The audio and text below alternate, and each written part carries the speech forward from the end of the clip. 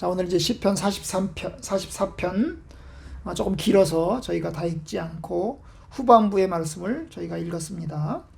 이 시편 44편은 고라자손의 시라고 쓰여 있습니다. 언제 쓰여졌는지는 잘 모릅니다. 다만 어려운 때 쓰여진 것 같고요.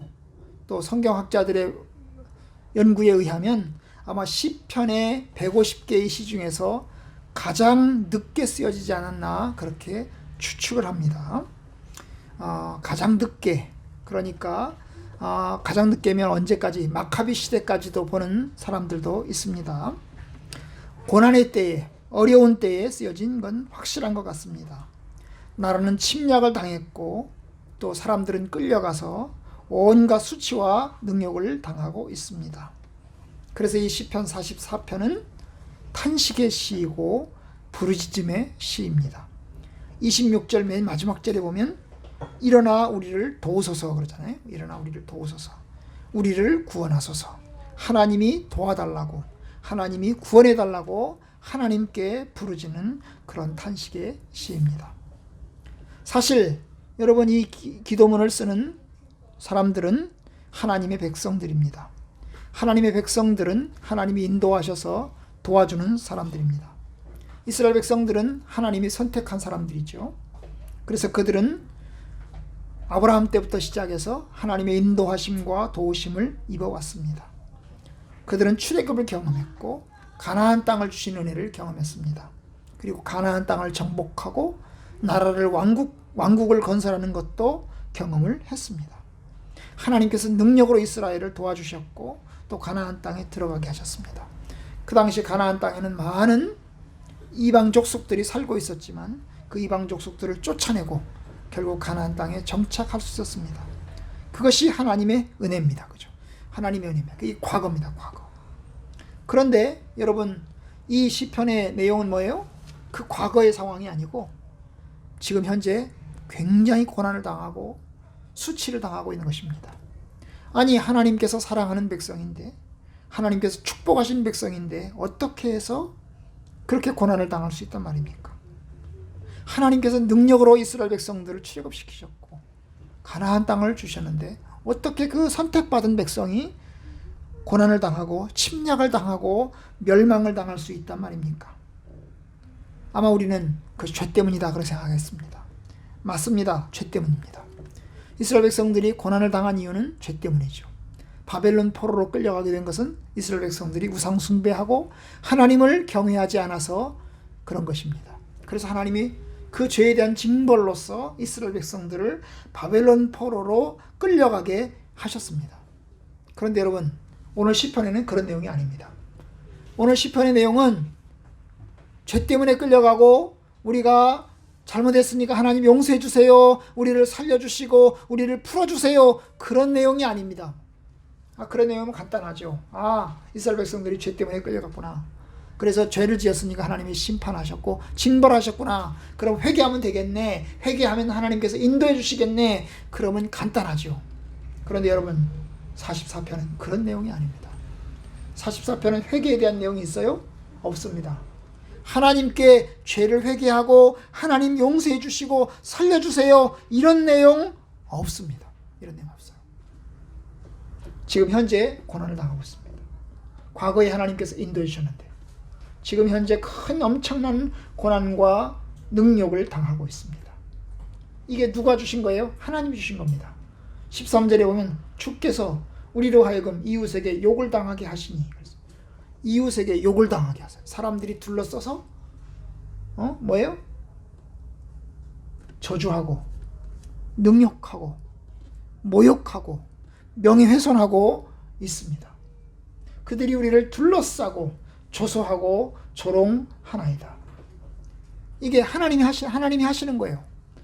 하나님이 이스라엘 백성들을, 주의 백성들에게 능욕을 당하고 고난을 당하게 하시고 사람들에게 무시당하게 하시고 또 큰 수치의 나락 속에 떨어지게 하셨습니다. 15절, 나의 능력이 종일 내 앞에 있으며 수치가 내 얼굴을 덮었으니, 능력과 수치가 있습니다. 나를 비방하고 욕하는 소리 때문이요, 나의 원수와 나의 복수자 때문입니다. 나를 싫어하는 사람, 나를 미워하는 사람 때문에 내가 이렇게 큰 고난을 당하고 있는 것입니다. 죄 때문에 그런 겁니까? 여러분, 44편은 죄 때문에 그런 이야기가 아닙니다. 죄에 대한 이야기 전혀 나오지 않습니다. 우리가 우리 죄를 지었으니 용서해 주세요. 회개합니다. 잘못했습니다. 살려주세요. 이런 내용이 아닙니다. 그러면 어떻게 해서 그런 고난이 생기는 겁니까? 사실은 잘 몰라요. 사실은 잘 몰라요. 그런데 여러분, 여기에 신앙 고백이 있습니다. 17절부터 보시면, 이 모든 일에 우리에게 임하였으나 우리가 주를 잊지 아니하며 주의 언약을 어기지 아니하였나이다. 여러분, 고난을 당하기 전에도 신실했고, 고난을 당하기 전에도 하나님을 잘 경외했고 주를 잊지 않았습니다. 그런데 큰 고난이 닥쳐서 지금 큰 고통의 수렁 속에 빠졌습니다. 그런 고통의 수렁 속에 빠졌어도 여전히 주를 잊지 않고 여전히 주의 언약을 어기지 않고 있습니다. 여러분, 우리가 이해하지 못하는, 우리가 알지 못하는 그런 조롱과 모욕이 있을 수 있다는 것입니다. 하나님이 인도하셨는데 왜 이런 고난이 있습니까? 죄 때문입니까? 44편은 죄 때문이 아니라고 그랬습니다. 죄를 짓지 않았지만 수 있다는 것입니다. 욥이 그런 거잖아요. 그죠? 욥의 고난은 이유가 없는 고난이었습니다. 죄 때문에 당한 고난이 아니었습니다. 아무런 잘못이 없는데 당해진 고난이었습니다. 코로나19 때문에 교회가 순환 중입니다. 교회에서 확진자가 나와서 이제 정부에서 국무총리가 어저께 교회를 고위험 대상 시설로 분류할 수도 있다고 했습니다. 고위험 대상 시설로 분류하면 이제 바코드를 찍어야 교회에 입장할 수 있습니다. 그 정도까지 이제 갑니다. 아니, 하나님이 능력이 하나님이신데 왜 교회에서 확진자가 나오게 하십니까? 하나님이 없으시단 말입니까? 하나님이 능력이 없으시단 말입니까? 무능하시단 말입니까? 왜 그렇습니까? 하나님이 그냥 내버려 두시는 겁니다. 하나님이 능력이 있으신데, 하나님이 힘이 있으시고 권능이 있으신데 여전히 내버려 두십니다. 마치 44편하고 똑같아요. 하나님이 능력이 없어서 이스라엘 백성들이 고난당하는 게 아니고, 하나님이 무능하셔서 이스라엘 백성들이 수치를 당하는 게 아니고, 하나님이 살아계시고 하나님이 능력이 있으시고 돌보시는 힘이 있으신데도 불구하고 하나님께서 능욕을 당하고 고난을 당하게 하십니다. 그런데 그것이 죄 때문도 또 아닙니다. 죄 때문에 또 그런 것도 아닙니다. 죄 때문에 그런 거라면, 하나님, 우리가 죄 때문에 그랬으니까 잘못했습니다. 용서해 주십시오. 그렇게라도 할 만한데 죄 때문도 또 아닙니다. 그럼 왜 하나님께서 그렇게 하십니까? 사실 그 이유를 모릅니다. 하나님의 주권하에 있는 일을 우리가 어떻게 알겠습니까? 욥이 어떻게 하나님의 주권하에 있는 일을 알겠습니까? 우리는 모릅니다. 우리는 몰라요. 그래서 그것이 참으로 하나님의 깊으신 뜻을 우리가 다 모르는 겁니다. 신명기서에 보면 숨겨진 일은 하나님께 속하였고 나타난 일은 우리에게 속하였다라는 말이 있습니다. 나타난 것은, 우리에게 보여지는 것은 우리에게 속한 거니까 우리가 알 수 있습니다. 그런데 숨겨진 것은 우리가 모르는 거니까 그건 하나님께 있는 거예요. 그럼 우리 어떻게 해야 됩니까? 우리는 그냥 받아들일 수밖에 없습니다. 받아들일 수밖에 없어요. 바로 시편 기자가 그런 거예요. 이 시편 44편의 상황이 그런 겁니다. 받아들일 수밖에 없는 것입니다. 하나님은 능력이 있으신데, 우리가 죄가 없는데 우리를 고난의 수렁 속에 집어 넣으셨습니다. 집어 넣으셨습니다. 이게 참 괴로운 노릇이죠. 그런데 여러분, 이 시편 기자는 그런 속에서 하나님 앞에 무죄를 호소하는 겁니다. 이 시편에서의 가장 중요한 포인트는 나는 죄가 없다는 거예요. 나는 죄를 짓지 않았다는 거예요. 현재 고난이 있는 거 사실인데 나는 죄가 없다는 거예요. 그걸 하나님 앞에 호소하고 있는 것입니다. 17절, 이 모든 일에 우리에게 임하였으나 우리가 주를 잊지 아니하오며 주의 언약을 어기지 아니하였나이다. 우리가 주를 잊지 않고 주님의 언약을 어기지 아니하였습니다. 이전에도 주님의 언약을 어기지 않았지만 지금도 주님의 언약을 어기지 아니하였습니다.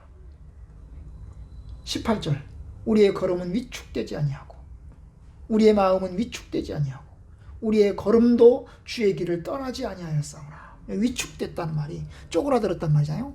쪼그라들지 않고 우리 마음은 쪼그라들지 않았다는 거예요. 하나님을 향해서 여전히 우리의 마음이 담대하고 하나님을 신뢰하는 마음이 있다는 거예요. 우리가 우리의 걸음이 주를 떠나지 않았다는 거예요. 우리는 여전히 주님의 걸음을 따라가고 있어요. 주의 길을 따라가고 있습니다. 그런데도 불구하고 19절 주께서 우리를 승냥이의 처소로 밀어넣으시고, 승냥이가 늑대 같은 거잖아요, 그죠? 그런 수렁 속에 늘어넣으시고 우리를 사망의 그늘로 덮으셨나이다. 참 이게 고통인 것입니다. 죄가 없는데, 아무런 잘못도 없는데, 이유도 모르겠는데 고통의 수렁 속에 들어있는 겁니다. 20절 우리가 우리 하나님의 이름을 잊어버렸거나 우리 손을 이방신에게 향하여 폈다면, 만약에 하나님을 잊어버렸거나 우상 숭배했다면 우리가 맞아도 싸고 하나님한테 혼나도 싸고 고통을 당해도 싼데 하나님이 다 알지 않겠습니까? 21절 하나님이 이를 알아내지 아니하셨으리까? 무릇 주는 마음의 비밀을 다 아시지 않습니까? 하나님은 모든 것을 다 아시는 분이잖아요. 그러니까 우리가 하나님께 숨길 수가 없는 겁니다. 숨길 수가 없어요. 그만큼 따뜻하다는 거죠. 하나님 앞에 내가 따뜻합니다. 우리 우상 숭배한 거 없고 하나님의 이름을 잊어버린 일 없습니다. 하나님, 우리 상황의 처지가 지금 그러합니다. 그런데 22절이 놀랍습니다. 우리가 종일 주를 위하여 죽임을 당하게 되며 도살할 양같이 여김을 받았나이다. 여기 포인트는 뭐냐면 주를 위하여입니다. 이게 이제 어떤 번역에는요, 주님 때문에 그랬어요. 주님 때문에. 우리가 종일 주님 때문에 죽임을 당하게 되고 도살할 양같이 여김 받았나이다. 아무런 죄가 없는데, 잘못한 게 아무것도 없는데 주님 때문에, 하나님 때문에 핍박받고 하나님 때문에 도살당하고 하나님 때문에 지금 큰 수렁의 고통 속에 지금 들어있다는 겁니다. 그러니까 고난이 죄 때문이 아닌 거죠. 죄가 없는데, 무죄한데 하나님의 뜻이 있어서 고난을 주셨는데, 그 고난이 의를 위한 고난이요, 주님을 위한 고난이라는 겁니다.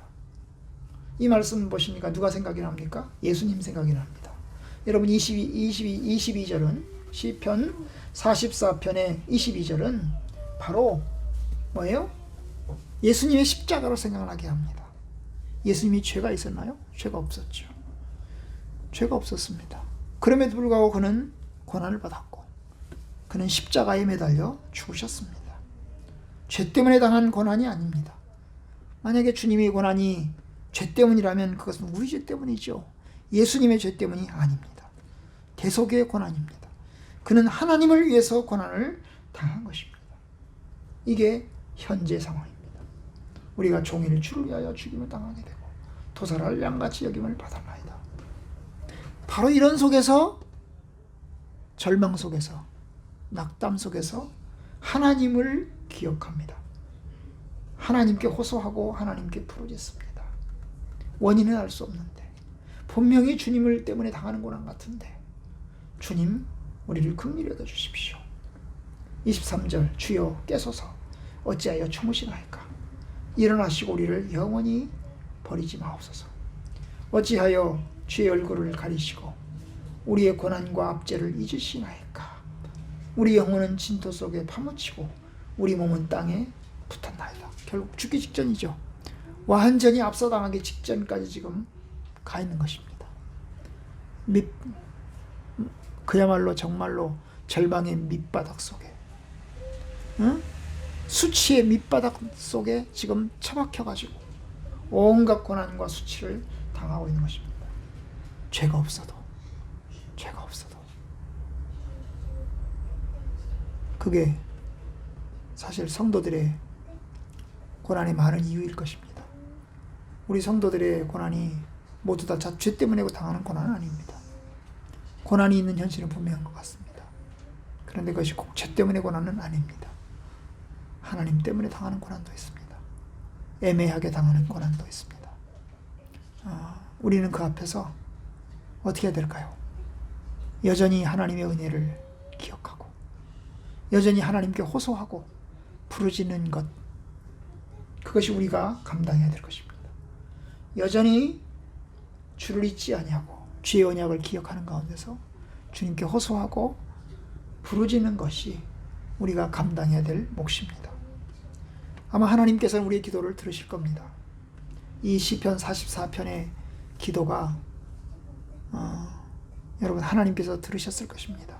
그리고 주께서 인도하셨을 겁니다. 마카비 시대의 기도라고 그랬잖아요. 그죠? 이게 지금 44편이 어떤 분의 책을 읽으니까 마카비 시대 BC 163년 어간에 로마 제국과 관련된 이 마카비 혁명 상황 속에서 쓰여진 기도다, 이렇게 이제 쓰여 있더라고요. 쓰여 있었습니다. 하나님께서는 이스라엘 백성들이 그 절망의 밑바닥 속에 떨어지게 하셨고, 그리고 온갖 고난과 수치를 다 당하게 하셨습니다. 하나님께서는 그 고통과 수치를 다 기억하시고 하나님께서 주의 선하신 은혜대로 또 인도하십니다. 우리가 그것을 믿고 또 하나님께 부르짖읍시다. 그리고 주께 기도하며 하나님의 은혜를 구합시다. 주님, 우리를 도와주십시오. 우리를 구원하여 주옵소서. 이것이 저와 여러분들이 나아갈 길입니다. 우리가 비록 절망 속에 처하고 낭망 속에 처하고 수치 가운데 있으나 하나님을 신뢰하는 믿음은 변하지 말고, 하나님께 호소하는 것 변하지 말고 끊임없이 주께로 나아갑시다. 기도하겠습니다.